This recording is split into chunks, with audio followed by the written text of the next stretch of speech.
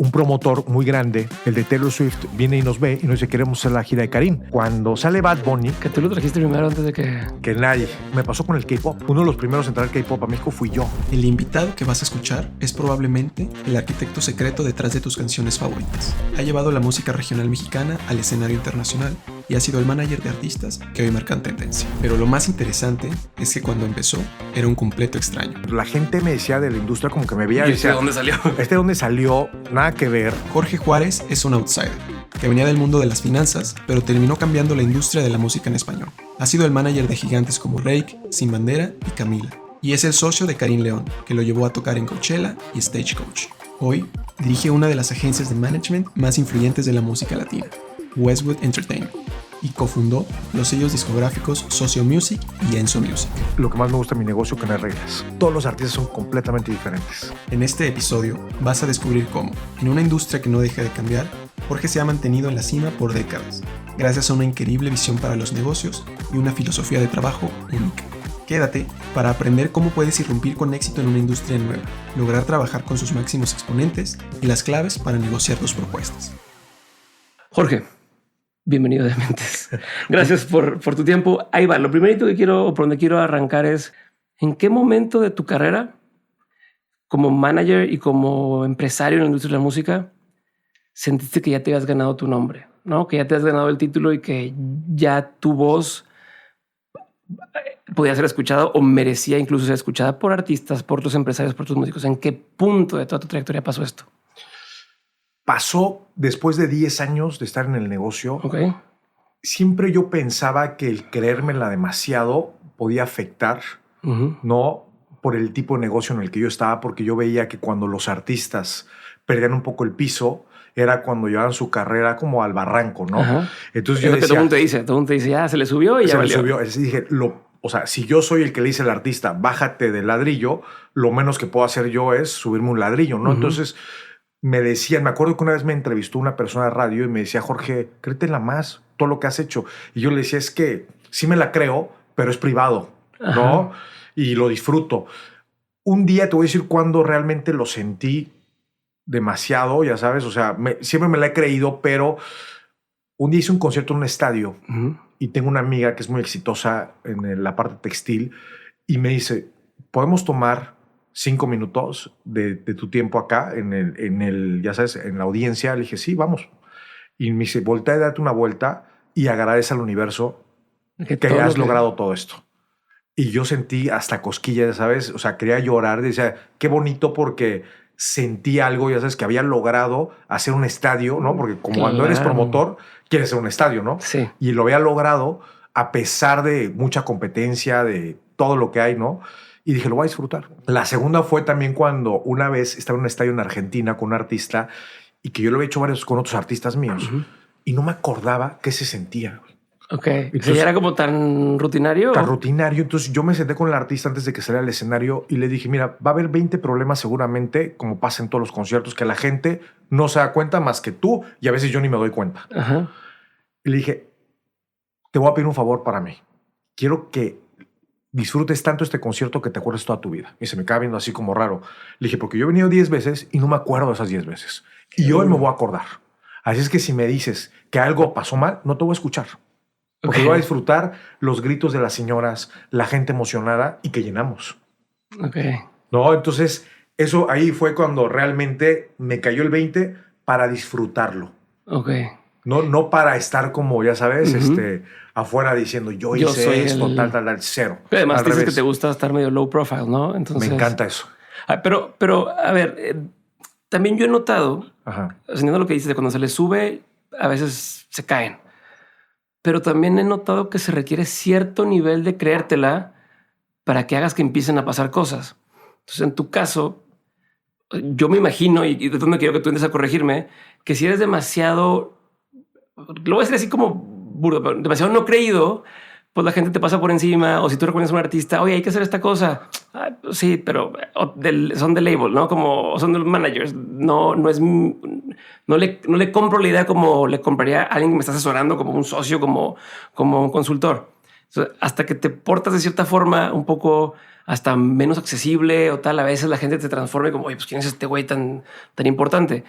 ¿En tu caso has notado que eso pase? Y si sí, o sea, a partir de que te la creíste, empezaron a pasar cosas distintas o cambiaron las cosas o cambiaste tu approach con las personas o no. No, y me podías como tratar de dar luz en eso. Te cuento una cosa. Yo siempre he sido como muy claro en esa parte de lo que quiero y cómo lo consigo. Eso nunca, como que desde chico, me acuerdo desde, te digo, una patineta, ya sabes, que me gustaban los tales marca, tal, y buscaba la manera de conseguir las cosas, ya sabes. Entonces eso nunca. Lo que a mí sí me ha pasado, por ejemplo, es de que trato de no ser, como tengo un carácter un poco fuerte o energía un poco fuerte, trato de ser más empático con la gente para lograr más que cosas antes. Mucho más. He aprendido. O sea, al revés. Sí, al revés. He ido aprendiendo que la empatía, he aprendido que el dar una sonrisa a una persona te genera otro tipo de relación con las personas, ¿no? Y hacerlo de una manera honesta. Yo le platicaba mucho a ciertos artistas, yo le decía, es que cuando uno se despierta en la mañana y sonríe, te cambia tu día. Y el darle una sonrisa a una persona que ni conoces, te va a sonreír. Sí, entonces, eso es una energía muy fuerte y es un ejercicio que tenemos que hacer diariamente porque tenemos muchos temas, ¿no? Yo un día me acuerdo perfectamente bien que estaba trabajando demasiado, estaba quemado y me di cuenta que no había hecho una cosa para mí, que no tenía un hobby, ¿no? Y entonces cambié mi vida y dije, voy a tener un hobby. ¿Cuánto tiempo llevas en la industria? Y ahí tenía fácil unos 12 años en la industria. Entonces me decidí meter a unas clases 2 veces a la semana que eran de Cábala. Me metí de Cábala. ¿Por qué? ¿Por qué eso? Porque decía, quería tener una actividad que fuera como una clase mía, algo para mí. Sí, pero ¿por qué eso?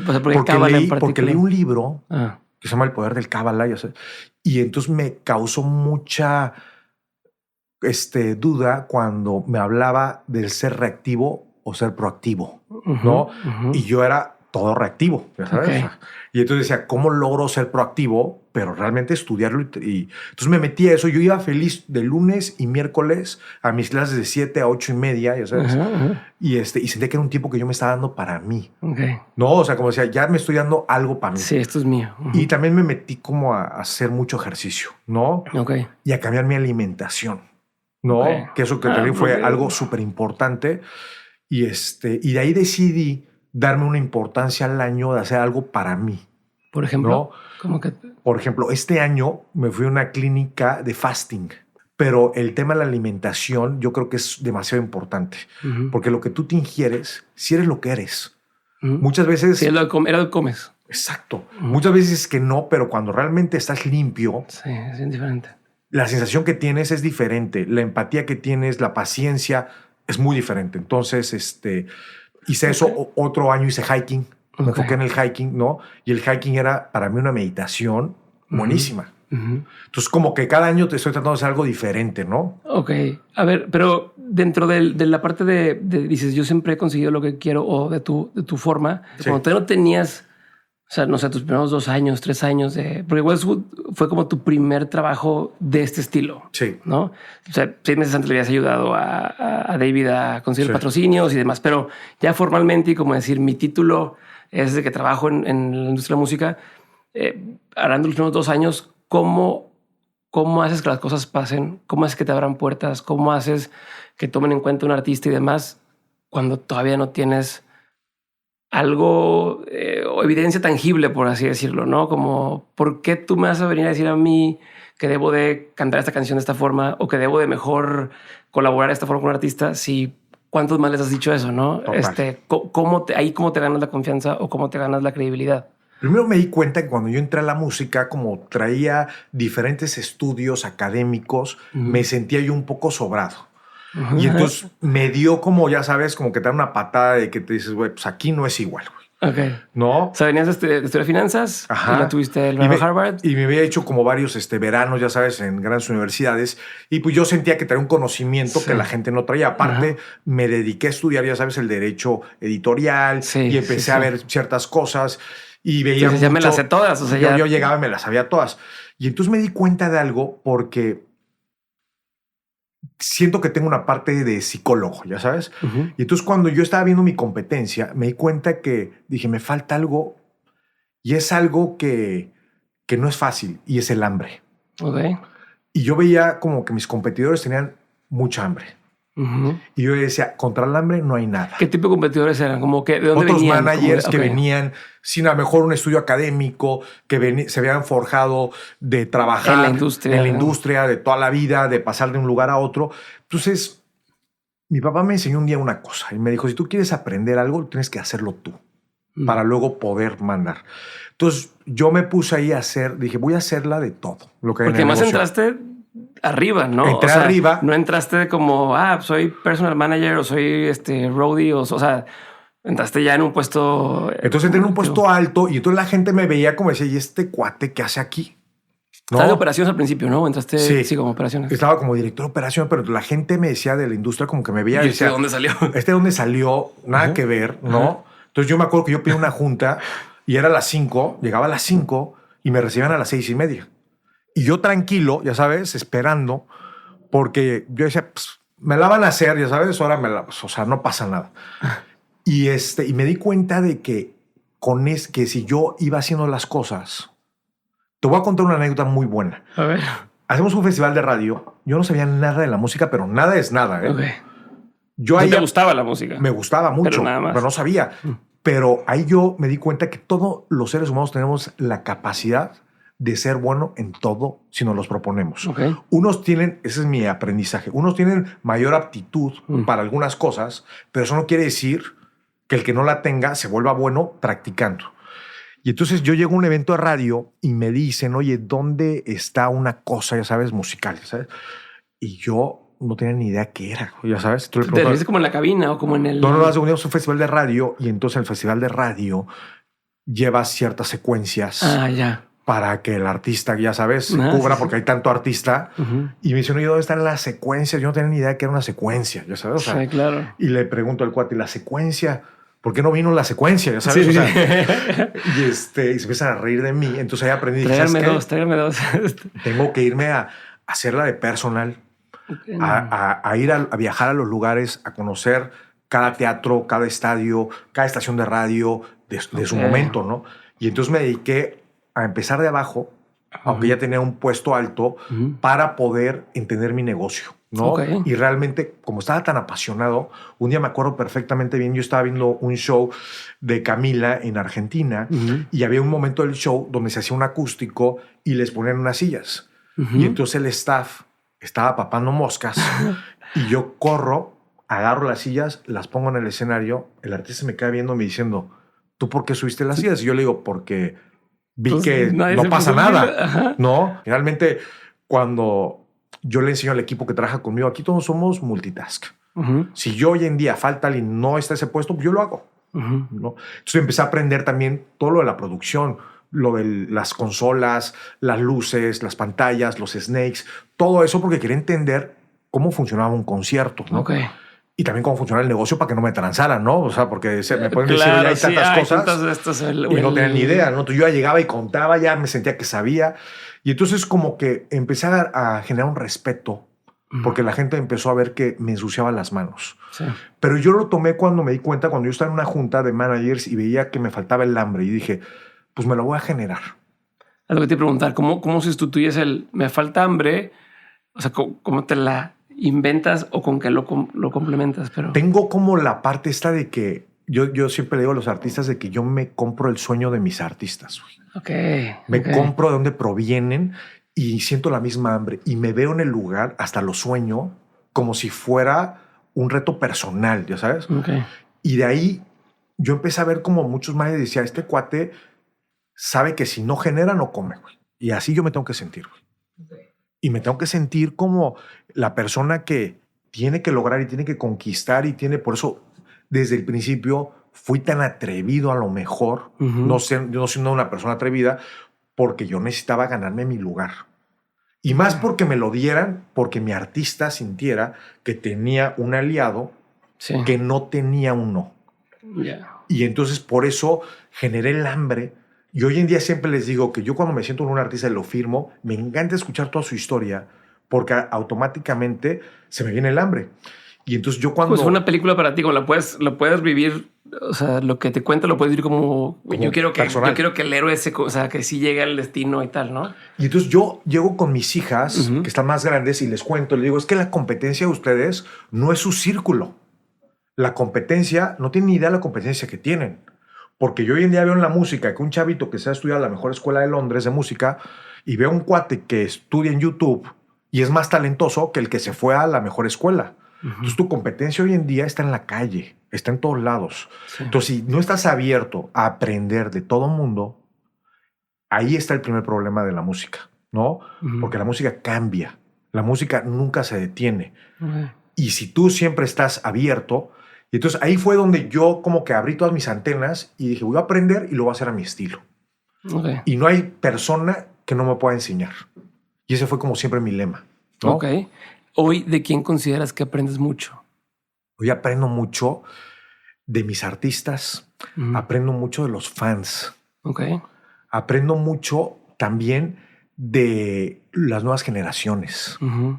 Me junto con ellos, veo sus ideas, veo porque anteriormente en la música, yo no sé si te acuerdas que un artista que se dedicaba a un género, cuando saltaba a otro género, como que perdía credibilidad. Sí. Hoy en día, un chavo puede hacer todo tipo de géneros y no pierde credibilidad. Le dicen, qué versátil eres. Entonces, para mí es estar abierto y entender esa parte de los artistas, ¿no? De que... Pero ¿cómo haces para que también el artista se la crea? O sea, estoy pensando en un Rake. Rake se reinventó muchas veces, ¿no? Yo te digo cómo le hago y te va a encantar. Yo entendí que cuando alguien creía más en ti que lo que tú crees, te da seguridad. O sea, tú tienes tu equipo acá y si tú ves que tu equipo cree en todo lo que tú haces, pues tú dices, bueno, tengo a mi equipo atrás. Entonces yo le decía yo trataba la espalda. Yo trataba de generar al artista, le trato de generar, porque yo firmo un artista porque realmente creo en él, no porque sea un negocio. Entonces, cuando firmo con él, yo le digo, a ver, ¿qué vamos a lograr? Podemos lograr todo lo que nos propongamos. Y realmente creo. Y entonces eso le da también mucha seguridad, que tiene un equipo atrás, que si él va a hacer una acción, va a haber un acompañamiento de esa acción. Y otra de las cosas es que siempre digo, nosotros tenemos que dar un paso adelante. No, o sea, tenemos que estar buscando todos los días, ya sabes, qué hacemos para que el artista sea más grande. A ver, incluso en la página de Westwood, que yo sé, ahorita hablamos de las diferentes empresas que tienes, pero en Westwood dice que entre los servicios que ofrecen y cosas que hacen, dice estrategias de marketing agresivas. Ay, me da mucho la atención, como desde ahí, estrategias de marketing agresivas. ¿Cómo se ve eso en la vida real? ¿O qué tienes en mente? O sea, algo que te puedas acordar de, a ver, con este artista hicimos esto, o con este artista hicimos esto otro para ya sea revivir la carrera o posicionarlo. O sea, con Rake fue bien interesante porque hubo un momento en el cual nos atrevimos a cambiar un poco el pop, a hacerlo más electrónico. Y nunca se me va a olvidar que hicimos el disco, lo presentamos a la disquera, todo el mundo bailaba en la mesa, que iba a ser un exitazo. Sacamos el disco y no pasa nada. ¿Ya sabes? Y nadie se atreve a decirte nada, ¿no? O sea, porque todo el mundo estábamos como que habíamos dicho que era un discazo, ¿no? Sí. Pero nos dimos cuenta que no era el discazo que pensábamos. Y se vale equivocarse. Y se vale reaccionar. Pero, por ejemplo, ¿hay quien propone? O sea, hay quien dijo, vamos a hacerlo como hacia este ángulo. Trabajamos con la disquera y nosotros fue como en equipo. O sea, como que yo siempre digo, el que lo proponga y aceptamos, el error es conjunto. Es conjunto. Pues no se vale. ¿Estás de acuerdo? O sea, finalmente, porque es la manera de atrevernos y apoyarnos, ¿no? Y me acuerdo que los invité a comer y les digo, a ver, el disco no pegó. Vamos a hacer nuevas canciones. Y ahí te voy a interrumpir nada más, pero cuando dices no pegó, ¿qué significa no pegó? O sea, no pegó es que no tuvo el éxito que habían tenido el pasado. Como no llegó a los mismos números en el tiempo. O sea, no había sido malo, pero siempre uno está pensando hacer el mejor disco de lo que has hecho en el pasado. Y entonces yo siempre le digo a los artistas, para que no nos confiemos, cuando empezamos el primer disco empezamos de 0. El segundo disco empezamos de -10, porque hay expectativa. Sí, hay algo. Cuando el tercer disco, -20, 30. Y si la pegamos en el tercero, -50 o -100. Porque ahí ya está listo todo el mundo apuntándote para que falles. No es presión, nada más que hay que picarnos entre nosotros para sacar lo mejor de nosotros. Un disco que le va igual que el previo, ¿se ve como un fracaso? Para mí sí. Ok. Porque yo trato de ser como muy estricto en ese tipo de cosas, ¿no? Porque para mí buscar ese cambio, ese atreverse. Y ahí yo estaba festejando que nos estábamos atreviendo a hacer algo diferente, no seguir con la misma fórmula. Y los Reik se atrevieron a cambiar, a hacer ese tipo de música, que es algo que yo a ellos les, ¿cómo se llama? Le admiro mucho, que siempre, aunque hacen tendencia, el estilo musical nunca se pierde. Sí. Porque nosotros hemos hecho urbano, pero se siente Reik. Sí. ¿No? Regional y se siente regional se siente Reik. Entonces, llegaste con ellos, les dijiste. Llegué con ellos, le dije, a ver. Digo, no funcionó. No funcionó. Ya me dijeron que ya no va más para el disco, pero yo creo que el disco tiene más vida. Ok. Y dije, hagamos un taller de canciones y hagamos más canciones. En ese tiempo no funcionaba así. Tú sacabas un disco y el disco tiene una vida y luego sacabas otro. Ajá. Yo le dije, vamos a hacer canciones y las metemos en ese disco. O sea, en versión digital. ¿Cómo es? O un reempaque. Ok. ¿Sabes? Y entonces hicimos, y de repente viene la boda de Eugenio Derbez y se pega una canción que él pone en la boda, que venía en ese disco, y se pega durísimo. Okay. Pero ya tenemos canciones que habíamos hecho para seguir. Si tienes catálogos atrás para poder seguir. Exacto, porque las canciones ya habían salido, ¿no? Entonces como que nos anticipamos. Ellos aceptaron porque finalmente un artista, cuando su disco es su bebé. Entonces imagínate decirle, oye, tu bebé no es como... y tú lo apoyaste, pues es como comerte también tu error, ¿no? Sí. Entonces ahí fue una historia muy padre, ya sabes, de cambiar eso. Y luego cuando viene el urbano, te voy a contar esta historia porque es muy, muy, muy divertida. Yo voy a Miami, unos premios, y empiezo a ver que en todos los camerinos había artistas diferentes de los que yo estaba acostumbrado a ver.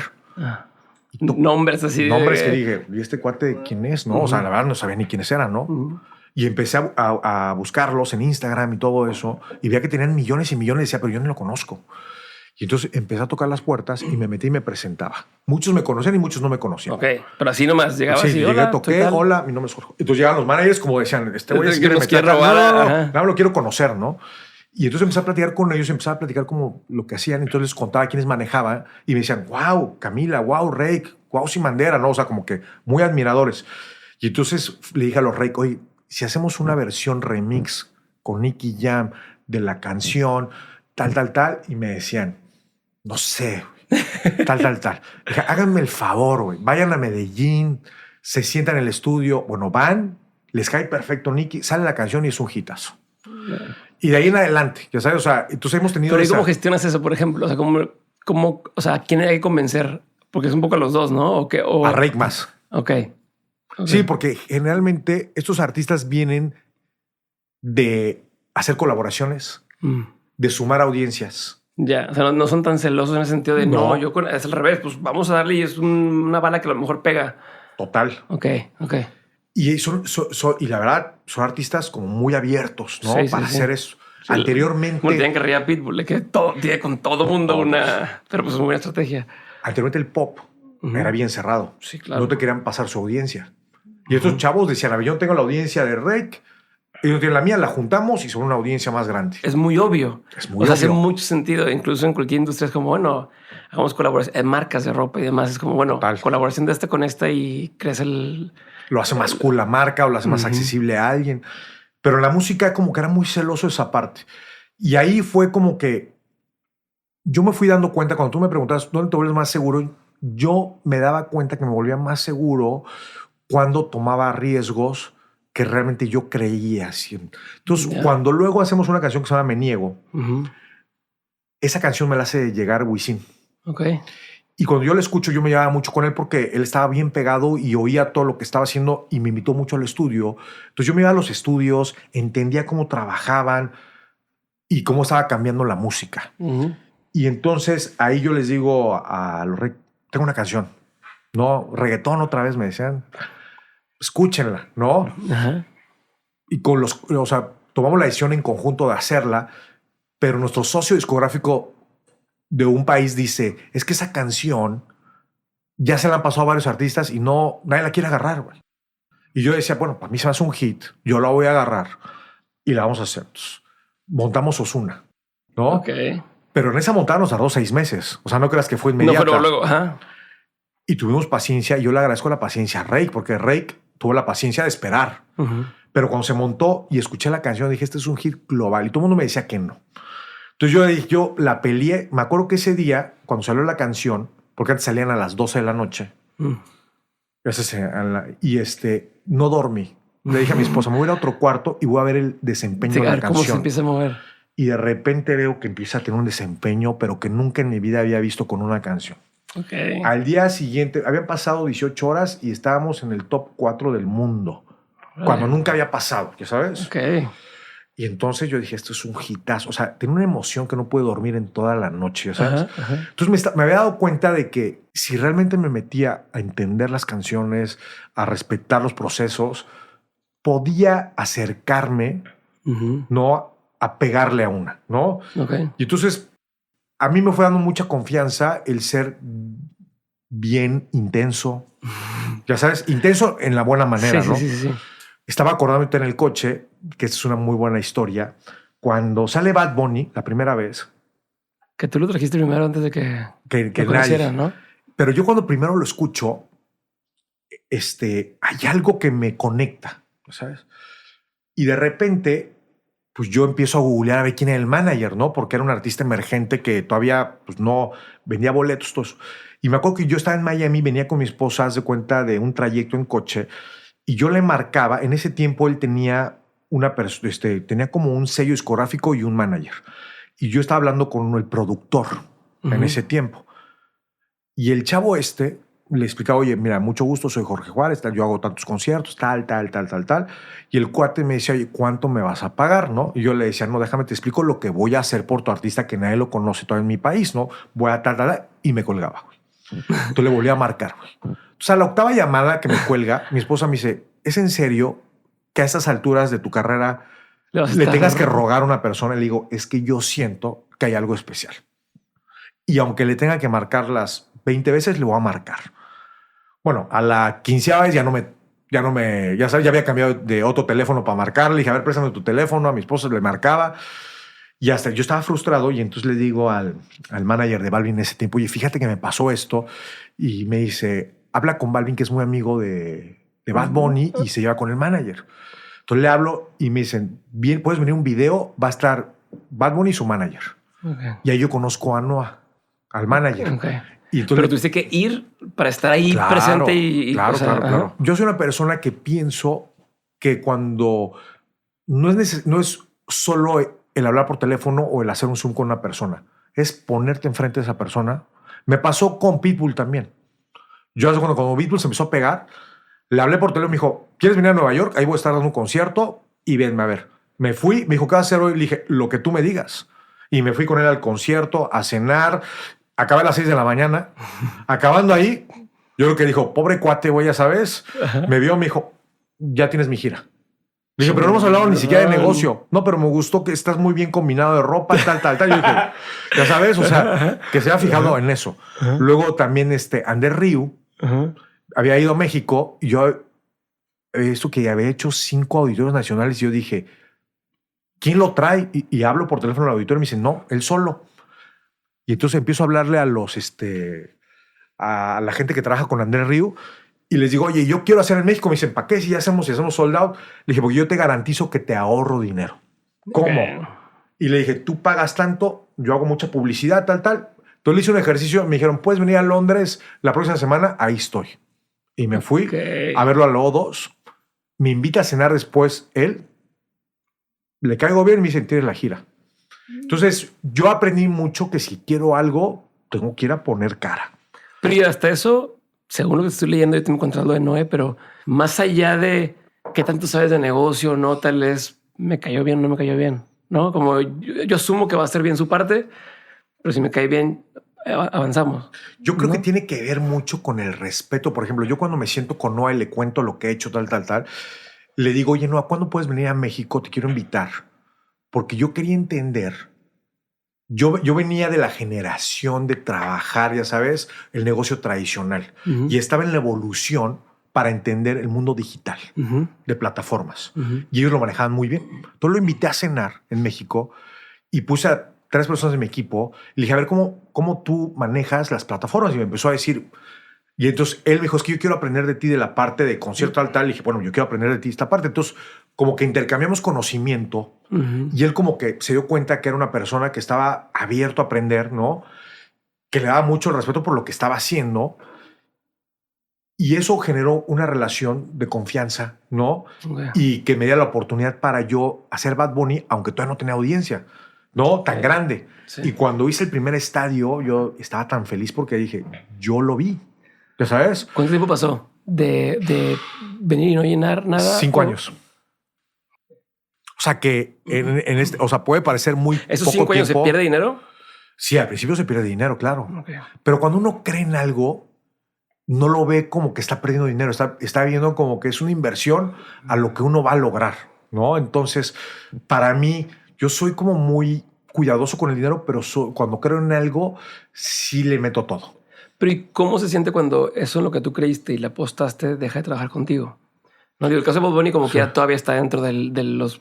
Ustedes son promotores. Copromotores ahora. Pero seguramente hay casos donde hiciste eso mismo, empezaron a chambear juntos y de pronto esa persona o ese management o lo que sea dijeron, bueno, ya muchas gracias, nos vamos por nuestro lado. Te cuento una cosa, yo aprendí eso desde el inicio de mi carrera a no tomarme lo personal. Ok. Yo creo mucho en la lealtad, pero finalmente también hay tiempos en las relaciones, ¿no? Y yo veo que las relaciones de los artistas son como las relaciones personales. Y entonces para mí, yo cuando algo se acaba, yo sé que algo más grande va a venir. Ok. O sea, cuando yo acabo de hacer todo lo de Maluma, yo hago toda la gira de Maluma cuando Maluma está en su mejor momento y deciden irse con otro promotor. Ok. ¿No? Que nada más el tema era económico. Sí, de que me cobra menos porcentaje o lo que sea.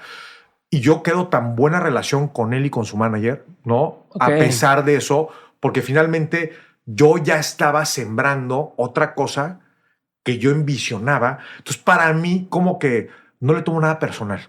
Yo lo veo como un reto mejor. Como decir, tú sientes que eres el mejor, demuéstralo. Y demuéstralo con otro artista. Aunque tengas que empezar de cero. Entonces, para mí eso me llena de energía como no tienes idea. Ok, a ver, ahorita que hablas de un nuevo ciclo y demás, quiero hablar de socios. Sí. ¿Por qué con un artista sí hacer una sociedad y empezar un proyecto más allá de ser su manager y con otros no? O sea, ¿qué ves en alguien o en un proyecto que digas, va, me la voy a jugar con esto? En esta evolución, cuando yo empiezo a entender que la música se está quitando de intermediarios cada vez más, porque empiezo a ver cómo los artistas se vuelven cada vez los dueños de su propia música, muchos de ellos sus propios promotores, ¿no? Y empiezo a ver la tendencia. Yo empiezo a ver que el manager se puede ver como un intermediario. Entonces yo en pandemia tuve mucho tiempo para pensar y decir, tengo que reinventarme. Y ahí me reinvento y digo, el próximo artista que yo tenga va a ser diferente. Y va a ser una sociedad donde generemos otro valor agregado. Y donde podamos firmar otros artistas. O sea, ya no es un intermediario tampoco. No soy un intermediario, soy parte de todo, ¿no? Y entonces yo tenía esta idea muy clara. Y ¿No tenías claro con quién? No tenía. Tenías el concepto de quiero intentar hacer esta cosa distinta. De ahí me habla a mí en plena pandemia Santa Fe Clan. Y me habla, yo no tenía ni idea, o sea, la verdad al principio quién era, ¿no? Y me habla, lo voy a ver. Y me acuerdo que era un sábado, un domingo, ¿no? Yo me cuidaba mucho en época de pandemia porque uno de mis hijos tuvo un tema cuando nació, de recién nacido de pulmón, que ya ahorita gracias a Dios está perfecto, pero en ese tiempo usaba oxígeno. Sí, cualquier cosita. Entonces a mí no me podía dar COVID porque no podía yo exponerlo a él a eso. Sí, claro. Y entonces yo lo vi con un cubrebocas que parecía, ya sabes, como que hasta pena da ahorita, ¿no? Pero lo vi y me acerqué con él y él era un artista independiente al 100%. Y entonces empecé a trabajar con él de una manera diferente que trabajaba con mis otros artistas. Entonces esa fue como mi prueba, ya sabes. Y ese artista a mí me enseñó mucho porque es un artista que tiene mucho de negocio. Tiene toda la calle y tiene una sensación de negocio espectacular. Y él a mí me enseñó mucho. Yo le enseñé mucho, pero él me enseñó a mí mucho la parte de negocio discográfico. Ok. Un artista a mí. Por ¿no? ejemplo, que sea un día lo voy a ver a un concierto a Denver y se sienta conmigo. Y me dice a mi padrino, tengo una idea. ¿Por qué no en YouTube empezamos a agrupar mi contenido de manera diferente? Le dice, a ver, ¿cómo, Ángel? Me decía, yo quiero que la gente escuche canciones de desamor y le pongamos un nombre chido, porque me decía, un nombre chido, ya sabes, que diga Las Dolidas, ya sabes, tal. Y que sea 1 hora y media y que la gente se quede en mi canal, que no se distraiga. Y luego hacer unas que sean las rockeras, tal. Entonces él me iba como... Y le decía, tienes toda la razón, porque generalmente las listas de varias canciones duran muy poco tiempo y se van a otro artista, el mismo algoritmo, ¿no? O me dice, vamos a grabar las mañanitas. No hay las mañanitas con mi música, ¿no? Y entonces trabajamos mucho de la mano y entonces yo le fui aprendiendo mucho, ¿no? Y no me da pena decirlo porque finalmente, como te dije en el inicio, yo estoy abierto al aprendizaje de todo el mundo. Yo siento que las personas que me tocan en mi camino es por algo. Y como dices, los hábitos de consumo van cambiando y esos artistas crecieron con ese nuevo hábito de consumo que a lo mejor los best practices de los grandes labels ya no aplican para eso mismo. Total. ¿No? Entonces, hace todo el sentido lo que él dice. Pues si la gente pone música cuando está triste y va a poner estas canciones, pues que mejor que todas sean mías, ¿no? Y le gano. Total. Ok. Y entonces ahí me fui como, entonces ya llega Karin León y yo ya tengo todo trabajado, lo que yo le había desarrollado a Ángel, ¿no? Y se lo enseño, le digo, mira, esta es mi propuesta. O sea, con Ángel ahí terminaste de trabajar. No, después ya no le llevé ese proyecto de negocio que yo estaba preparando porque sentía que a lo mejor no hacía fit en ese momento. Y se la llevo a Karin. Y Karin tiene... Karin ya tenía disco, tenía todo cuando... O sea, cuando yo llego, él vuelve a empezar, igual como Samá, a hacer su propio sello discográfico, todo eso. Le llevo todo el concepto, me dijo, esto es lo que yo estoy buscando. Chinga. Yo necesito una profesionalización de lo que es mi negocio.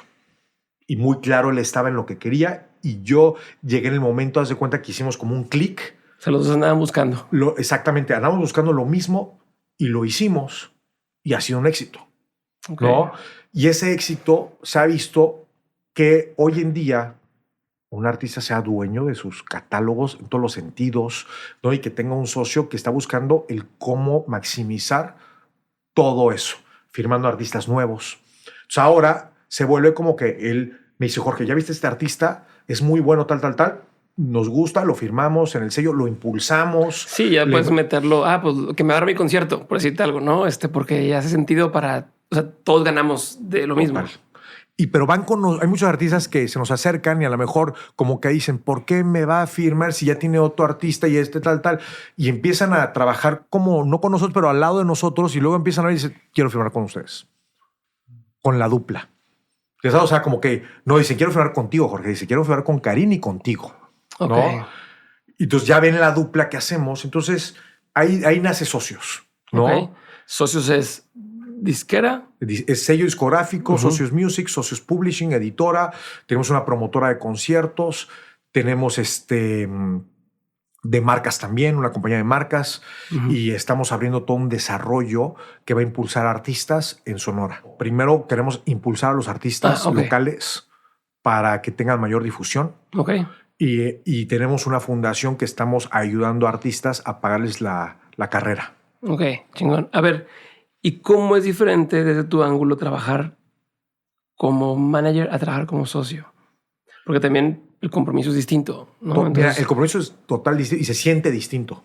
Pero ¿cómo lo manejas para que también no se te sienta otro artista o para que no digan, pues es que no ponen atención? ¿No? Porque también está esta combinación, ¿no? Entre decir, ok, estoy teniendo un buen momento, pues obviamente la disquera o el management va a decir, pues hay que aprovecharlo, pero como si manejas a varios talentos, ¿cómo haces para que entiendan de, oye, a ver, es que ahorita no es tu momento, pero no te agüites, ¿no? O no hay que seguir chambeando. O sea, ¿cómo administras ahí? No, como un papá con sus hijos, ¿no? ¿Cómo vas manejando tu tiempo para que todos crezcan, no haya sentimientos y ahora agregándole el adicional de, pero si con él estoy asociado y contigo no? No sé si... No, totalmente. O sea, es algo muy natural, ¿no? Del ser humano, ¿no? De de tener una relación con alguien y ver que tiene otra relación con alguien y que... Sí, que digas, oye, ¿qué onda? Mira, lo principal es la comunicación. Yo trato de tener una comunicación muy fluida con mis artistas, ¿no? Y para que nunca pase un desentendido. Yo siempre les digo, la única manera que nos podamos pelear nosotros es si nos dejamos de comunicar.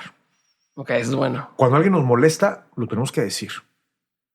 Tenga sentido o no tenga sentido. Porque si no, cuando explota, ya no hay nada que arreglar. Entonces yo siempre les digo, si tenemos la comunicación, vamos a durar muchos años. Yo tengo el respeto, la lealtad a los artistas que han estado mucho tiempo conmigo y para mí el compromiso de darles el mismo servicio tiene que ser igual. Okay. ¿No? Ahora, ellos están viendo que funciona esta nueva estructura de negocio y hay algunos que me han dicho, Jorge, hagámosla. Ok. No, okay. Me gusta. Okay. No, vamos a arriesgarnos.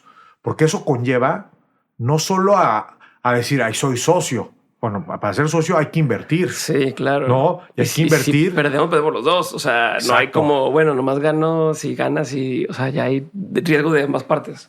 Y yo desde que empecé, yo pensé en algo. Como yo vengo de otro lado de la música y un negocio, si yo te invito a un negocio y tú no tienes que invertir dinero, no le vas a poner la misma atención. Y si aparte yo tengo un sueldo, ¿no? Como vienes sin meterle dinero y aparte estamos pagando una cantidad y dices, pues...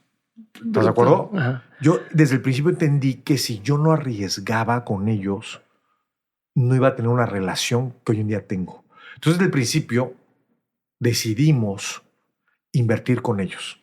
Somos de los pocos managers que invierten en el desarrollo. O sea, no te estoy diciendo que dinero propio lo ponemos, invertimos en lo que creemos. Porque tenemos que recuperar esa inversión. Y eso creo que aplica mucho para la música hoy en día, porque finalmente si no le inviertes, a estar solo cobrando una comisión, yo no soy así. Y entonces esta nueva estructura me funcionó. Me está funcionando y creo que es una estructura que finalmente todos tenemos un interés que eso sea más grande. Porque todos tenemos un beneficio. Y el día que se acabe, no pasa nada, se acabó. Y continuamos, ¿no?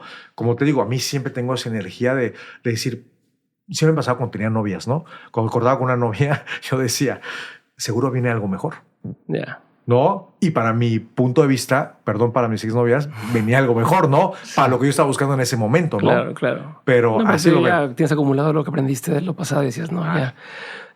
¿Tú crees que hay artistas que no son rescatables? ¿En qué sentido? Pensando en, tienes artistas con carreras tan largas, se han reinventado y demás, pero hay artistas que digas tú,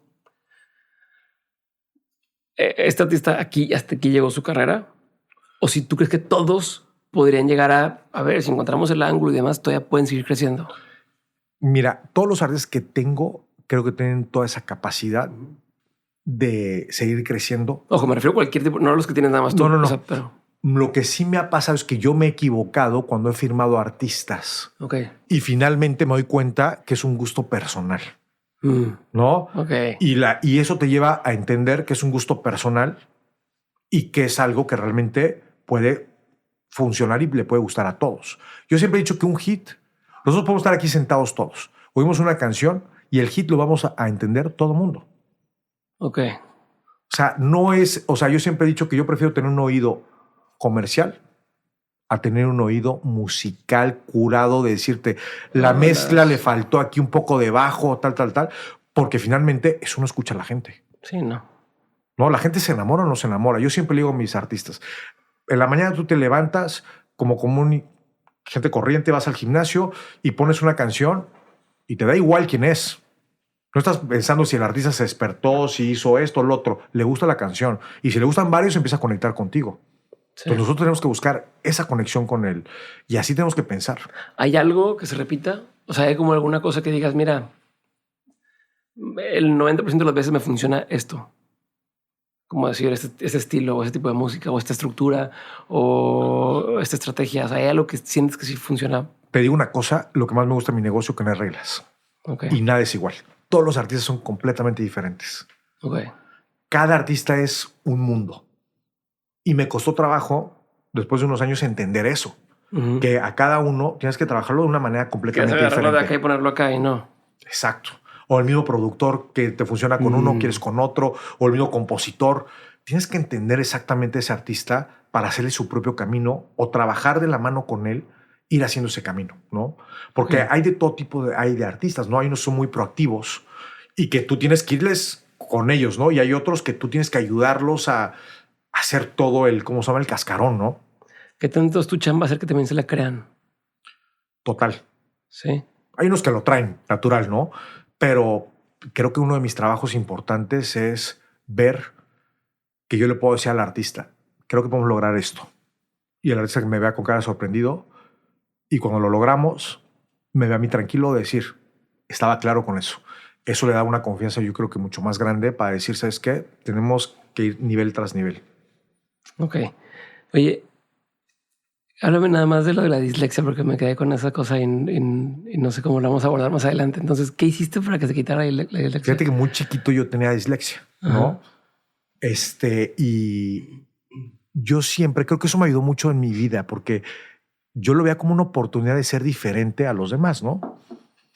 Pero me acuerdo mucho que mi mamá me decía, pues eres disléxico, vamos a ver cómo lo quitamos, ¿no? Y yo le decía, va, dale. Y entonces me acuerdo que yo iba a unas clases en las tardes de concentración. Ok. Empezás a hacer juegos de concentración. Ajá. Y entonces empecé a jugar todo tipo de juegos de concentración y me volví muy, calculador, muy enfocado en ese tipo de cosas. Y me ayudó mucho a darme cuenta que si uno trabaja en las deficiencias que tiene uno, por decirlo así, y se enfoca, las puede llegar a, a arreglar, ¿no? Y hasta hacerlas un valor agregado, ¿no? Porque yo era muy distraído al ser disléxico, ¿no? O sea, yo iba a mi casa y me decían, tienes examen mañana, pero ¿cuándo dijo eso la maestra? Ya. O sea, yo estuve en ese salón o no. A volverme, ya sabes, al revés, ¿no? ¿Te fuiste al otro lado? Me fui al otro lado y creo que eso me ha ayudado en mi parte profesional, ¿no? Porque como que voy calculando mucho dónde quiero que el artista lleguemos en conjunto, ¿no? O sea, en ese sentido, ¿cómo has sabido tú leer cosas que otros no han visto? ¿A qué le debes eso? Yo le debo eso a... Cuando yo me acerco, una época de mi vida, me acerco más a la parte musical de los artistas, a la creación de la música. Siento que entro de una manera demasiado, no sé si la palabra es humilde, pero entro demasiado, como muy abierto. Y me doy cuenta que tengo una parte muy sensible para identificar, según yo, eso es como es muy subjetivo, para poder escoger a un artista que pueda llegar a conectar con la gente. Y me ha pasado varias veces. Tienes claro qué es lo que ves. No, tu intuición. Yo lo veo y digo, mira, Aventura, el grupo de bachata, yo tenía a Camila cantando en una conferencia de Billboard y era Camila y Aventura, que los dos apenas empezaban. Y yo me quedé a ver Aventura. Y cuando lo vi, dije, bachata, no la tocaban ni en México, no existía, era para puro sonidero. Y yo me junté. Y el timbre de voz no era tan evidente para... La canción duraba 5 o 6 minutos. Sí. O sea, la estructura de una canción de bachata, de Aventura, no tiene nada que ver con una canción de pop. Sí. Que ya sabes, o sea, era completamente una historia. Y yo cuando me junto con el artista, lo firma Ángelo Medina. Ángelo me dice, Jorgito, ya lo tengo yo, tal, vente a platicar conmigo. Lo voy a platicar con él, dijo, lo voy a traer a México. Compro varias fechas. Llego a México, busco un socio, ¿no? Porque había comprado muchas. El socio me dice a mí, ¿cuánto te costó? Y le digo el precio, ¿no? Y me ofrece menos, te ofrezco menos. Y yo le digo, ¿pero por qué? Pues tal. Y como que me quería entonces agarro y le digo, no te aceptamos menos, las vamos a hacer nosotros. Y hicimos todo y todo fue sold out. ¿Pero por qué crees que hizo eso? No, lo hizo porque era competidor de nosotros y como para decirte, no te vuelvas a meter en traer cosas que ya sabes. Que no sabes qué estás haciendo, ¿se cuenta? Y me encantó porque tomamos ahí, mi socio y yo, como la seguridad y le dijimos, no te preocupes, gracias, lo vamos a hacer nosotros. Teníamos la duda porque nunca había ido a México. Y entonces a mí se me ocurre hacer una firma de autógrafos y el artista me dice, Jorge, yo no hago firmas de autógrafos. Yo voy, hago el concierto y se acabó. No hago promoción. Le digo, es que en mi país nadie te conoce. Y lo que agarré yo es que hice una publicidad para ponerle la cara y ponía, porque había una obra de teatro que se llamaba Aventurera. Cuando yo anunciaba Aventura, la gente no lee y leía Aventurera. Entonces dije, ¿sabes qué? Voy a poner la cara y voy a poner la aventura. Entonces una publicidad tan grande, entonces me habla Ángelo, me dice, oye, Jorgito, me acaba de hablar todo el mundo que la cara de Anthony está en todos los lugares, dile. Entonces ya le contó y Anthony me dijo, oye, Jorge, gracias, tal, qué buena campaña hiciste. Le dije, ¿me haces la firma de autógrafos? Te la hago. Ok. Entonces viene a México. Es algo que yo no hago eso. No, nunca hacía que eso. siempre sí. No, aparte yo voy a Nueva York, me acuerdo, y me junto con el artista y con el manager y le digo, oye, ¿por qué no pones un espectacular tuyo aquí acá en Times Square? Dice, ¿cómo le digo? Sí, tú pones uno ahí, van a decir, ¿quién es él? Ajá. ¿Quién se atrevió a pagar eso, no? Cuando ahorita ya es muy común, Sí, ¿no? ya no es fácil, pero te estoy hablando hace 15 años no era común. Y hacemos la firma de autógrafos. Llego a la firma de autógrafos, había 10,000 personas formadas. Y me supo, ya sabes que dije, qué bueno que me arriesgué, qué bueno que confié en mi instinto. Y me pasó eso con la aventura, me pasó eso con Camila. Entonces me empezó a pasar con muchos artistas que creía, ya sabes, con mi socio. Pero ellos, por ejemplo, ¿cuánto tiempo pasa que dices, yo contrato estas fechas y no tenemos evidencia de que puedan llenar a que son suficientemente importantes para que llenen? Puede pasar desde 6 meses hasta 1 año. Por eso, ¿y cómo le haces para cerrar esa brecha? O sea, ¿cómo le haces? Y más ahora, no sé si es más difícil, a lo mejor no, a lo mejor sí, pero yo supongo que ahora que está más fragmentado todo podría llegar a ser más complicado de hacer que crezca lo suficiente en relevancia para que la gente quiera pagar un boleto para ir a verlos. Yo, te voy a decir una cosa como yo lo veo. Hoy en día ubicas estos casos de gente que, la canción es viral, pero nadie sabe quién es. Total. Y no van a su concierto. Total. Hoy en día es más fácil por todas las métricas que hay y toda la data que existe. De saber dónde ponerlo. Exacto. Anteriormente no, pero me pasó con el K-pop. Uno de los primeros en traer K-pop a México fui yo. Okay. ¿No? Y fui porque yo siempre tratando de ampliar las fronteras de mis artistas, Televisa y una televisora coreana hacen un proyecto cultural en el cual buscan que un artista mexicano y un artista coreano se den apoyo. Entonces, cuando viene el artista coreano, abrí la Rake, veo que tenía un chorro de fans. Sí. Y ahí le dijo, ¿ya han hecho shows en México? Nunca. Le dije, pues te compro 10, ¿no? Así. Y cuando salí a la venta vendí todo. Ya sabes, el primer día, ¿no? Okay. Y de ahí me fui a Corea y fui a entender el negocio del K-pop. Cómo está estructurado, cómo está eso. Y llevé a Rake a Corea. Hice una colaboración con un artista coreano, ¿no? Entonces la gente me escribía, me decía, ahora sí te la volaste el parque porque nadie pensaría hacer una colaboración coreana, ¿no? Le dije, bueno, pues, le hice con Super Junior, ¿no? Que en ese momento era el artista pegado, ¿no? Entonces siempre he tenido esta como inquietud y este gusanito de siempre buscar cómo lograr que mi artista vuelva más grande y también en el escoger. Yo siempre digo, el mejor manager es el que sabe escoger al artista. Para mí es el saber escoger y yo me siento muy orgulloso de los artistas que escojo. Me he equivocado, como todo mundo, y como te he dicho, he sido necio con un artista que pensaba que iba a pegar y no pegó. Pero pues, todos nos podemos equivocar. A ver, porque me voy a cambiar por completo, o sea, me voy a regresar en el tiempo, ¿okay? Porque estamos hablando ya de cuando ya eres la mera, pero antes. ¿Qué sientes que estabas, o sea, cómo hacías para convencer tanto a marcas y personas de apoyarte en tus proyectos? No sé que lo hiciste en su momento cuando estabas en la prepa y que trajiste a Faye a un concierto. Me dijiste hace rato que tú desde el principio has tenido muy claro de cómo negociar y demás, ¿no? Que nunca te ha costado ese tema.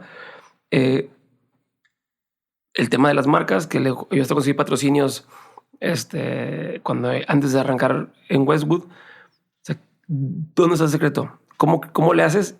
Y cómo hoy lo podían hacer los artistas mejor, porque siento que ahí también hay un área muy desaprovechada, ¿no? O sea, hay marcas que les pagan millones a gente con diferentes talentos, pongámosle así, que lo que saben hacer muy bien es estar enfrente de una cámara y ya. Y luego veo con colegas músicos y digo, ¿cómo cobraste eso a esa marca?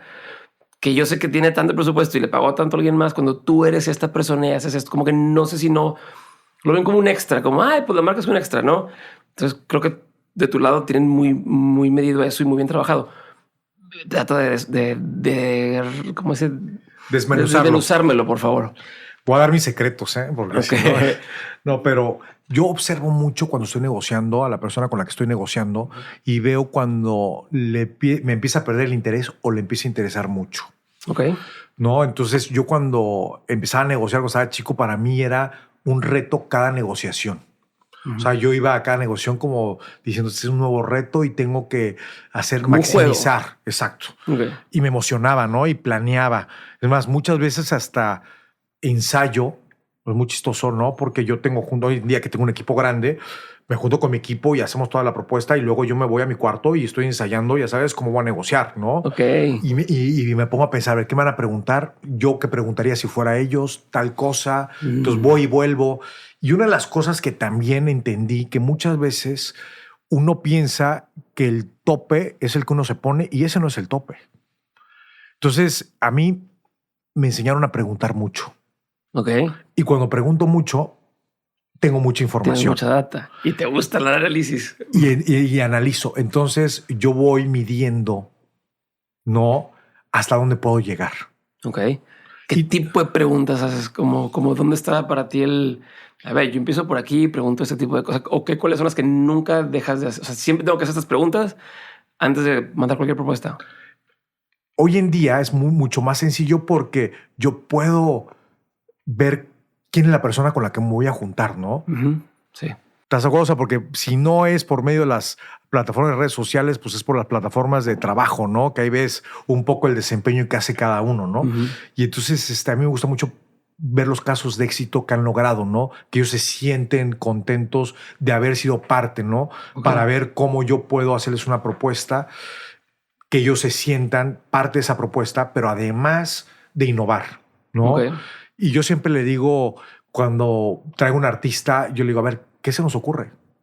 Hay que también nosotros no esperar a lo que nos vayan a decir ellos, escucharlos. No, tampoco conocemos toda la política, a lo mejor, de la compañía, pero también es padre como decirles, oye, mira, es esto, lo otro. Y entonces como que siento que se abre mucho la apertura de la negociación, ¿no? Pasa de ser algo muy transaccional y específico a ya hay un universo en el que podemos jugar. Y también me gusta a mí enseñarles, hemos logrado que las marcas se sientan cómodas con nosotros, primero de que cumplimos, pero que siempre tratamos de dar un 120, ¿no? Y eso generalmente todos mis artistas entienden lo que es trabajar con una marca, ¿no? Y eso es muy importante. Hace poco trabajamos con una marca en Estados Unidos y nosotros le ideamos un poco la campaña, le creamos un momento musical a la marca. Ok. ¿No? Que se vuelve acústico y sacan ¿Se puede la saber bebida. qué es o no se puede saber qué? Sí, claro, con Victoria, ¿no? Cuando estaba yo firmando el contrato, me decía el de Victoria, oye, pero quiero que Karin salga tomando la... Le dije, imposible, eso no va a pasar. Y le decía, pero si él se siente cómodo y él decide hacerlo, pasa. Ya. Y el sentirse cómodo, él lo va a sentir cómodo el día que haga el comercial. Y llegué al comercial y le estaba con la botella así, ya sabes. Y me dijo, la marca estaba feliz, estaba trastornado. Y ahí se nos ocurrió a Karin y al equipo y a todos hacer un momento en el show en el cual era acústico y todos abrieron una cerveza y tomaban la cerveza porque es algo muy normal en el norte del país, tú lo sabes, ¿no? Sí. Y estaba, o sea, enloquecido la marca y la agencia. Me decían, Jorge, es que esto nadie lo ha hecho y cuidábamos bien el momento. Y salió un momento que a mí me encanta hacerle momentos porque realmente es un consumo que normalmente, si yo tomo cerveza y me gusta la cerveza, pues es natural. Sí. Y eso hace que a la gente no lo vea como algo impuesto. Y eso le gusta mucho cómo trabajamos a las marcas. O sea, pero hay un nivel alto de incertidumbre.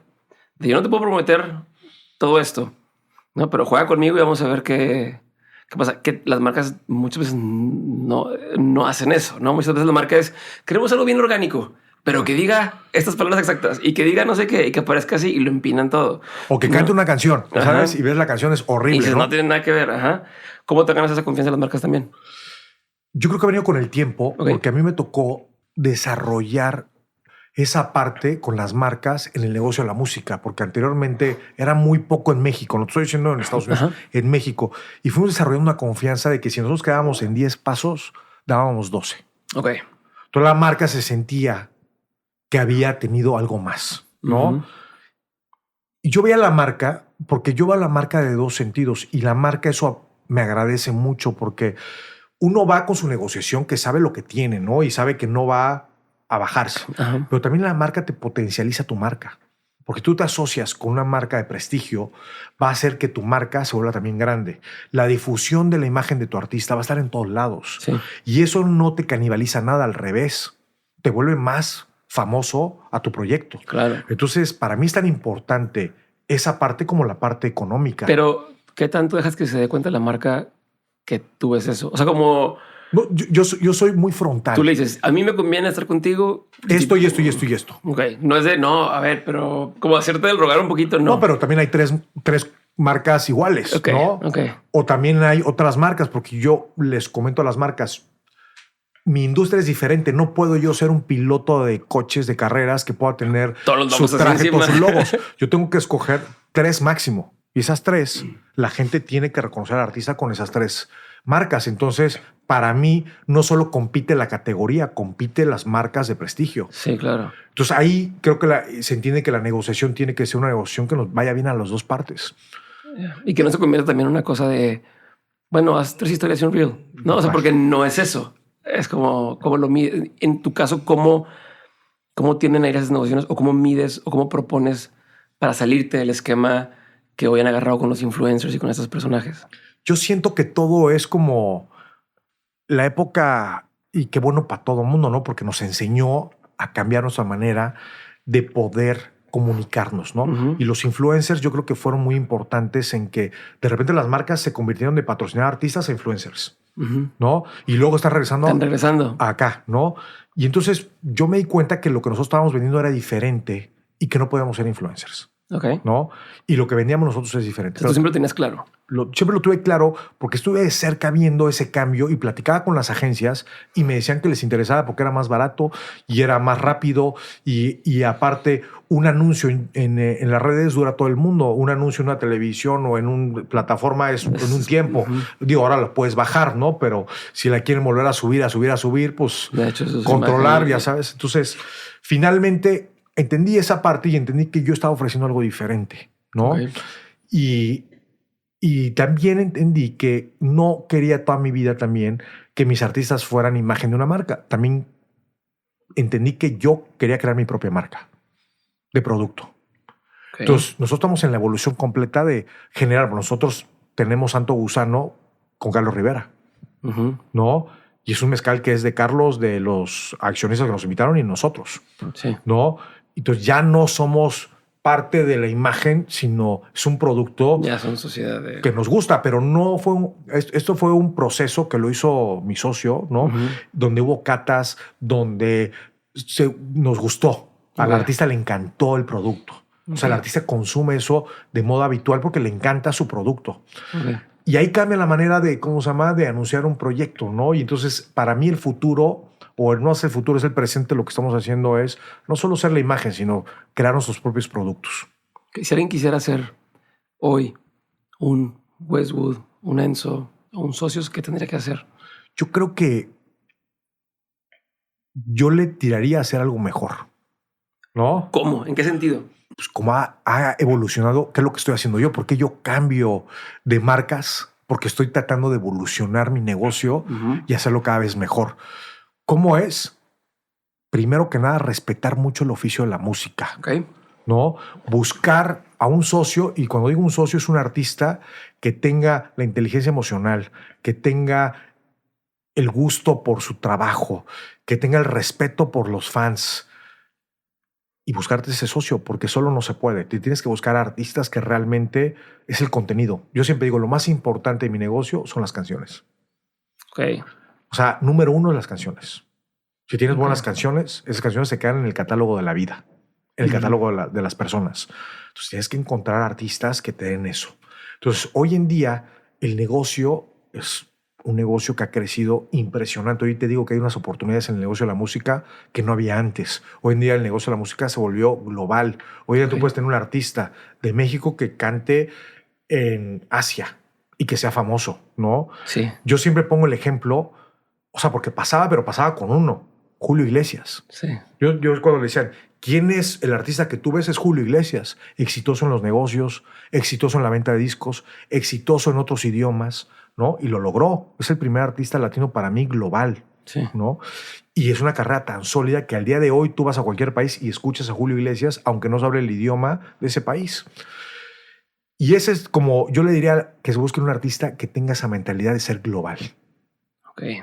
que no sea un artista que copie tendencias, que sea un artista que se atreva a hacer cosas diferentes. Okay. Eso yo haría para hacer el negocio y siempre para mí es indiscutible ser transparente en el negocio. Eso, cuando yo entré en el negocio, la música faltaba. Y cuando tú eres transparente en el negocio, no hay manera de que te vaya mal. Ok. Eso fue como si yo quiero hacer la agencia o la empresa. Si yo quiero ser artista, hoy, ¿qué tendría que hacer para aumentar mis probabilidades de éxito? Hoy en día yo le digo a los artistas que ellos conocen mejor a la audiencia que nadie más. Ok. Porque en sus redes sociales tienen toda la información que necesitan. Tú hoy en día sabes cuáles son los mejores horarios para postear, sabes qué contenido le gusta a la audiencia, sabes qué no le gusta. ¿En qué ciudades hay más oyentes? En qué ciudades, en dónde tienes más potencial de crecimiento. Entonces, para mí es bien importante que el artista hoy en día, yo lo que busco es que el artista sea autosuficiente. Okay. Y me dirás tú, pues entonces no te van a necesitar. Claro que sí, porque nuestro trabajo es buscar nuevos horizontes y nuevas oportunidades, no quedarnos en lo que tiene. Entonces, para mí, si un artista, yo no me siento con él y no me cuenta cómo quiere envisionarse, cómo está logrando, cuáles son los pasos, porque hoy en día el aprendizaje está a la vuelta. Sí.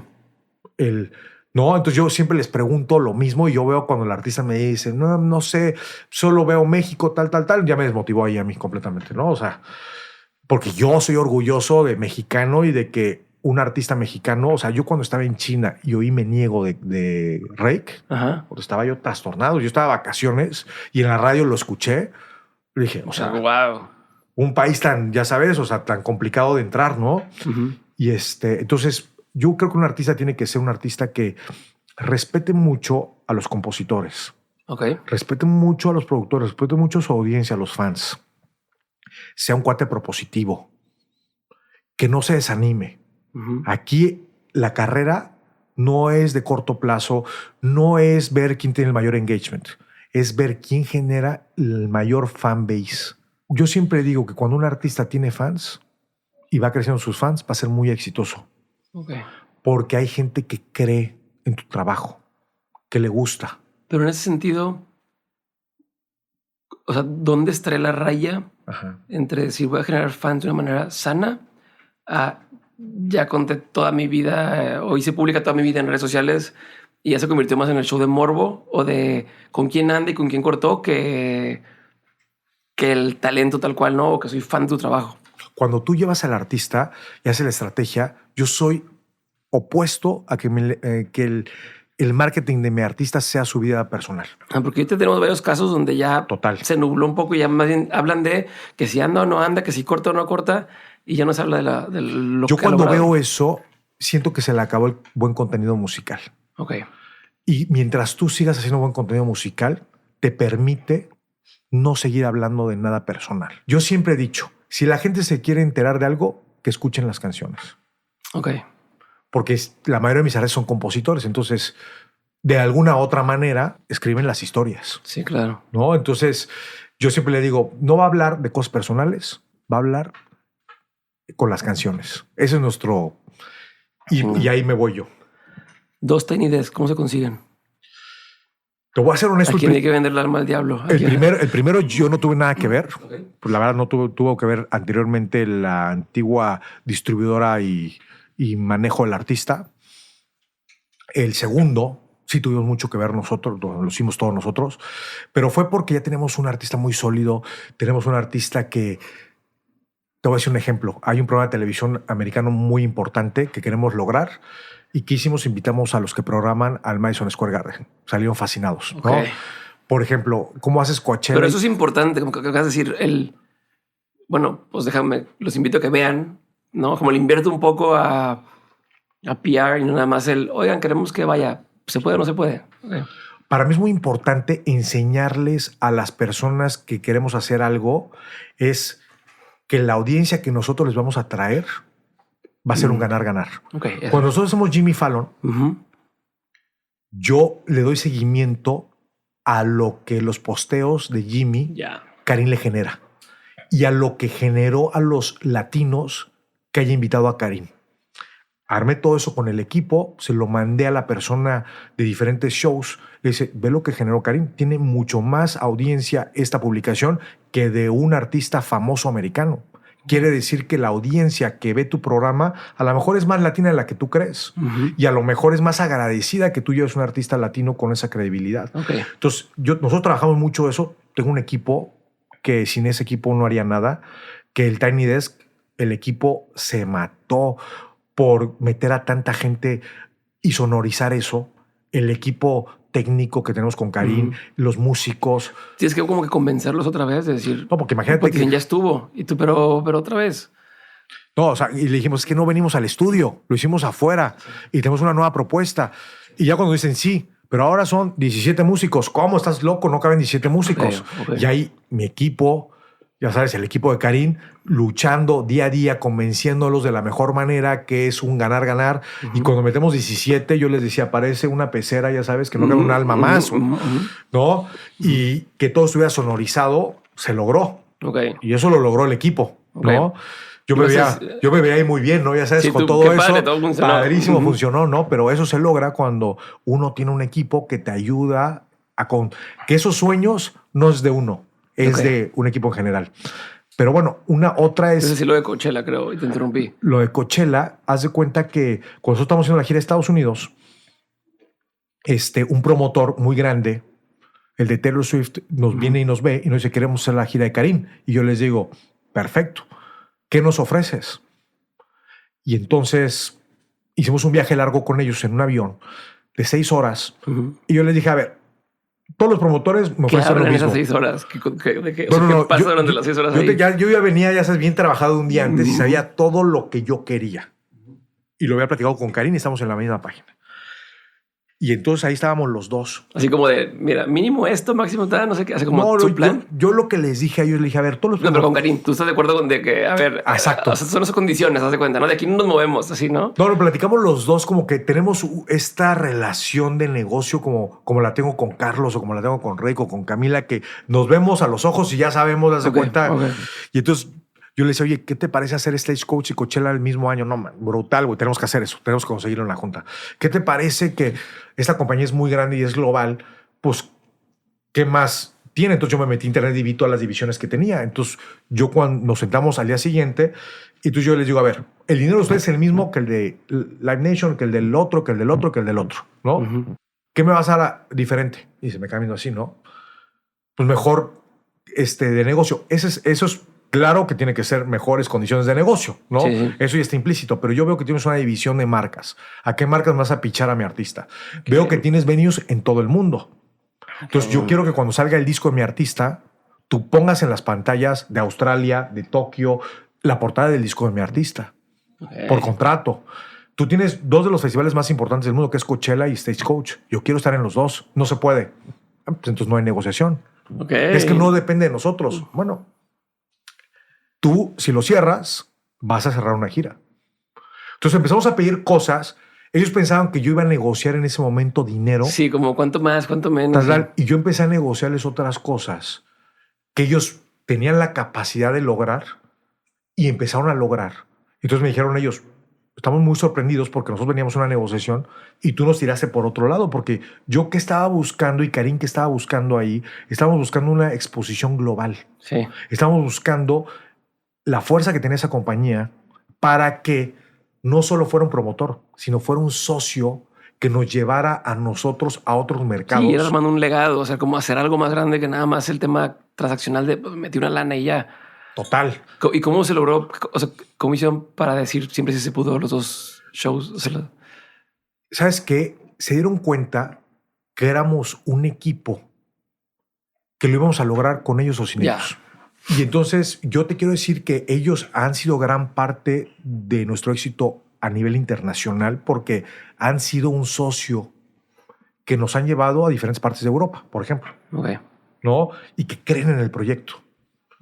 Y que además nos han conseguido colaboraciones. Yo le digo, a ver, tú haces los conciertos, la gira global de ese artista. Tú le pagas el dinero, ¿no? Quiero una colaboración con él. Me dice, pues estás loco, pero es otro negocio. No importa. Preséntame al manager, haz una comida y la hacen. Vamos a ver cómo sí. Y entonces se volvieron como parte de nuestro, o sea, como si fuera un brazo más del artista. Y ahora ellos me dicen, oye, tengo este artista en gira, ¿te gusta? ¿De qué país son ellos? De Estados Unidos. ¿Crees que tengan que ver más bien con esta onda medio latina de me voy a hacer que funcione? Yo creo que te voy a contar una cosa. El que es hoy en día presidente, que fue la persona con la que hicimos la negociación, conoció de muy cerca a Karim y se dio cuenta que lo que nosotros queríamos hacer tenía él toda la capacidad para hacerla. Y entonces como que dijo, yo quiero ser parte de ayudarles a ellos a llegar a ese lugar. Pero una cosa es eso, de tengo acceso y tengo formas y creo en el proyecto. Y otra cosa es estas cosas que hacemos en los latinos de, pues la regla dice esto, pero hay forma de, ¿no? O esto que dices de que tú hago y que ya se les contagió y que de pronto ya son ellos mismos los que te están diciendo, oye, pues hay que hacerla así o hay que hacerla así, ¿no? ¿Crees? Sí, total. Es esa característica que tenemos los latinos de que somos, como yo digo, que somos como la humedad, ¿no? O sea, pues vemos un lugarcito, ahí nos metemos, ¿no? Y creo que eso abrió mucho. Por ejemplo, Stagecoach, que no ha habido muchos artistas, yo recuerdo latinos en ese festival, que se haya abierto. Cuando la curadora del festival se sube a cantar Karim, empieza a llorar. Órale. Y me abraza y abraza a Ana Pau y nos dice, yo decidí que Karim cantara aquí y estoy feliz porque fue un éxito. Tomé un riesgo y ese riesgo funcionó. Porque ese es un festival completamente anglo. Sí. De country. Y la audiencia estaba, ya sabes, o sea, lleno el lugar. Entonces, eso nos dio como mucha satisfacción, ¿no? O, por ejemplo, esta compañía está muy afincada en Nashville. Y yo les pedí de favor que me presentaran a las personas que tomaban la decisión y fueron conmigo a Nashville, se sentaron conmigo en 5 juntas y me dieron el espaldarazo, ¿no? Entonces, eso para mí vale más allá que un promotor. Entonces, yo no busco con mis artistas un socio como cualquiera busca. Yo busco alguien que nos pueda dar un plus alrededor. ¿Qué tan adrede es que digas, ok, quiero, o sea, y ahora sí es en el orden adecuado, pero ok, quiero Stagecoach, que es country y demás. Entonces déjame sacar una canción de Tennessee Whiskey de Karim para que vean que sí canta cosas. O sea, ¿tiene que ver o es nada más fue la casualidad y después metimos? Porque a cierto punto el que existe una canción o un video de este güey cantando esas, dices, ay, güey, el güey sí canta esas y la canta chingón. Hace sentido, pero no sé qué tan a detalle piensan esas cosas o no. Quisiera que tú me dieras esa luz. Te voy a contar una cosa. Yo siento que nuestro trabajo, bueno, no siento, estoy claro que nosotros somos los cumplidores de los sueños de nuestros artistas. Ok. Cuando yo conozco a Karim, yo veo que él tiene una influencia del country total. Él ya había hecho Tennessee Whiskey. O sea, ya la había hecho. Hicimos una versión en ese momento de Johnny Cash, que esa ya la hice yo con él, ¿no? De Black and no me acuerdo cómo se llama la canción.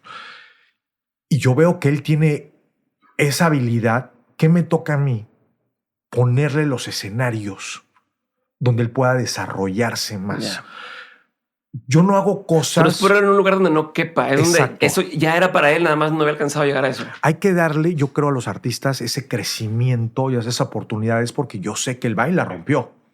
O sea, es como yo siempre digo, yo le doy el pase y ellos meten el gol, ¿no? Okay. Pero nosotros tenemos que poner los lugares donde realmente tienen eso. Por el Opry en Nashville que hicimos, que es country. Yo nunca había visto tan emocionado a Karim con una audiencia. O sea, caben 4,000 personas, ha hecho estadios, y él estaba tan feliz que uno de sus amigos se acercó conmigo y me dijo, oye, te agradezco de hacer tan feliz a, ¿cómo se llama? A mi amigo. Le digo, no, estamos felices todos. Porque fue, o sea, te lo juro, yo en ese show lloré porque yo dije, es algo, eso es otro mundo. Okay. O sea, ahí no es cuánto ganas, que es que entraste a una cultura diferente, sí, a la cual, a pesar del tema político que existe hoy en día. Aparte. ¿No? Donde él entra con la gente y lo abrazan. Claro. Jorge, ¿cuál ha sido uno de los peores consejos que te han dado en tu carrera, lo hayas seguido o no? Uno de los peores consejos que me han dado es no invertir en los artistas. Ok. ¿Cuál ha sido uno de los mejores consejos que te han dado? Uno de los mejores consejos que me han dado es crear activos en la música. Ok. ¿Qué es un consejo que tú antes dabas como un buen consejo y ya con la experiencia ya no darías? ¿O ya no lo consideras que sea un buen consejo? Me cuesta trabajo dar consejos. Ok. Porque no me siento, ya sabes, en esta parte como una persona que... Pero es medio contraintuitivo porque uno pensaría que parte del trabajo de management entra el aconsejar a mis artistas. Ajá. Antes yo daba un consejo como de aprovechar el éxito, ya sabes, Ándale, okay, al máximo. Y ahora soy más cauteloso, ¿no? En dejar a la gente con ganas. Ok. ¿Qué opinión tienes que poca gente comparte contigo? Y que me puedas compartir aquí. Sí, claro. Una que es como muy controversial en mi negocio es cuando tú acabas de trabajar con un artista, ¿no? Hay gente que le pega mucho decir no, y la lealtad y todo lo que hice por él. Y yo siempre les digo, y va en contra, ya sabes, yo les digo, ¿te pagó? Sí, ¿te pagó todas tus comisiones? ¿Se acabó el contrato? Sí. Cada quien tiene la decisión de trabajar con quien quiera. Uh-huh. Y eso no es de un artista que sea desleal. Se acabó el tiempo. Y uno tiene que saber que eso pasa. Okay. Yo siempre le digo a un manager, tú no eres manager hasta que no pierdes un artista. Okay. No, es un consejo que doy sin que me lo pidan, ¿no? Okay, pero... ok. Bueno,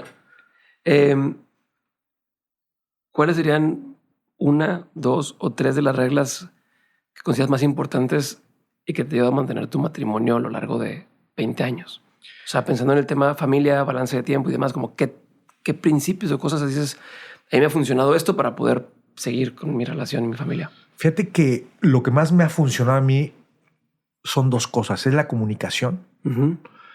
O sea, parece cliché, pero yo nunca me duermo enojado con mi esposa. Okay. Si tenemos que platicar algo, lo platicamos a la hora que sea.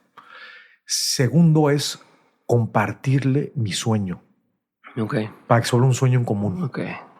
Entonces, cuando ella me ve tan emocionado con un proyecto y sabe que estoy viajando mucho, ella vive ese proyecto como de ella. Okay. Y se empieza a dar cuenta de lo que estamos logrando.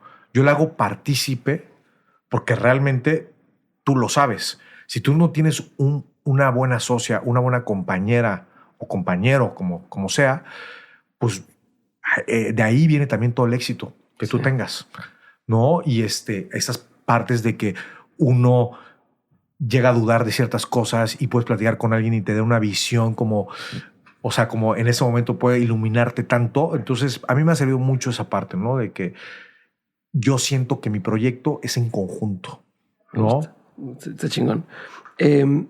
¿Libro, película, documental o serie o experiencia pagada? O sea, concierto, teatro, lo que sea. No tienen que ser todos. Alguno de estos que sí haya marcado un antes y un después en tu vida o en tu forma de ver el mundo. Mira, libros bastantes, pero hay uno que estoy leyendo ahorita que se llama Ikigai. Ajá. Y en ese libro me encantó una parte porque me recuerda a que todo el mundo queremos hacer 20 cosas a la vez. Uh-huh. Cuando nos enfocamos en las cosas, en una cosa, somos mucho más proactivos en que podamos desarrollarnos más. La alimentación que te decía, para mí es súper importante, ¿no? Entonces ese libro... Yo estoy muy, ¿cómo se llama? Me encanta la longevidad y me encantan todos sus temas. Y soy muy apasionado con Okinawa y con todo lo que pasa allá, ¿no? Y me doy cuenta del que moverte, el que ser activo, el compartir ideas nuevas, el que te decía hace rato, el sonreír, el realmente vivir una vida feliz y disfrutar. No tienes que estar gritando que estás feliz, ¿no? O sea, solo con tú disfrutarlo. Entonces, ese libro últimamente, El poder de la hora también. Uh-huh. No me encantan ese tipo, ¿cómo se llama? De libros, ¿no? Para entender, ¿no? Me gusta mucho la meditación, ¿no? Porque siento que con la meditación soy una persona completamente diferente, ¿no? Okay. Y conciertos. Nunca se va a olvidar Michael Jackson en el Estadio Azteca, ¿no? Okay. Hace años. Ver ese show, ¿no? Que para mí fue como, wow, como que no sabía que me iba a dedicar a eso y que iba a hacer conciertos yo en el Estadio Azteca, ¿no? Entonces, para mí eso es algo impresionante que lo vi.